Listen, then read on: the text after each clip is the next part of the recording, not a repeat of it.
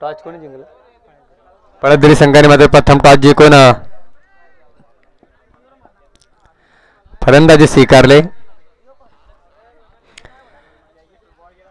क्षेत्ररक्षणासाठी आमंत्रण केले ते मात्र वेणगाव संघाला. तर येणाऱ्या 27 ते 4 मार्च दरम्यान संजय नगर इथं नाईट शृंखलेचे आयोजन करण्यात आलेले आहे.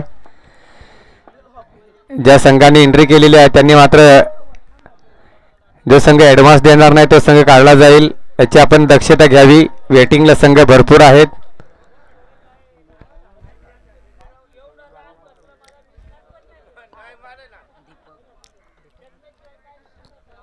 आणि नक्कीच गेल्या वर्षी सुद्धा एक जबरदस्त आयोजन करण्यात आलं होतं आणि ह्या सीझनमध्ये सुद्धा मात्र नाईट शृंखलाचे आयोजन आपण चांगल्या पद्धतीने करणार आहोत.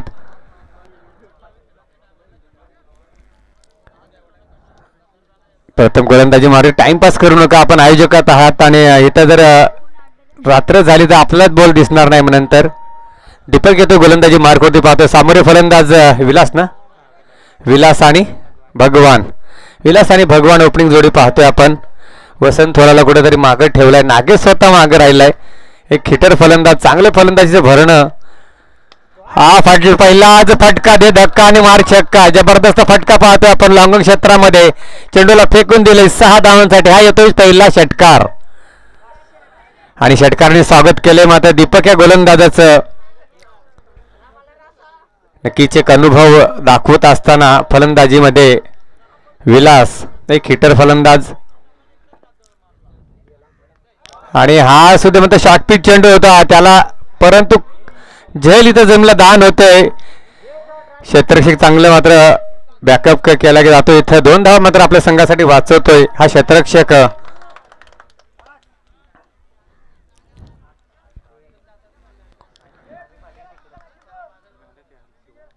हा चेंडू जर आता वसंत असता तर नक्कीच सीमारेषे बाहेर गेला असता.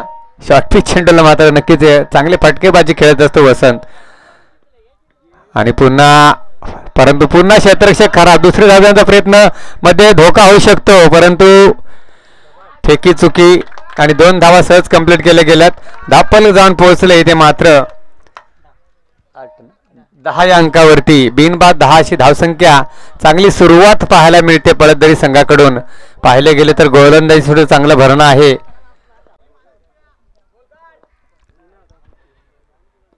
आणि पुन्हा फटका लॉंगॉन क्षेत्रामध्ये. हा दुसरा षटकार. काय फलंदाजी आहे.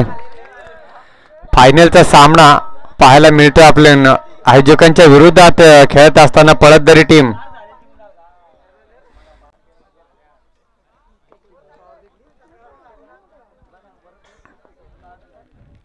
फुलटॉस चेंडू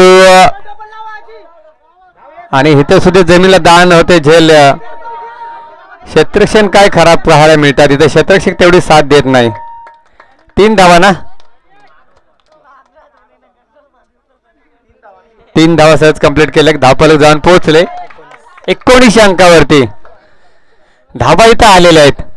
2 षटकांच्या धावा संख्यावरती आलेत.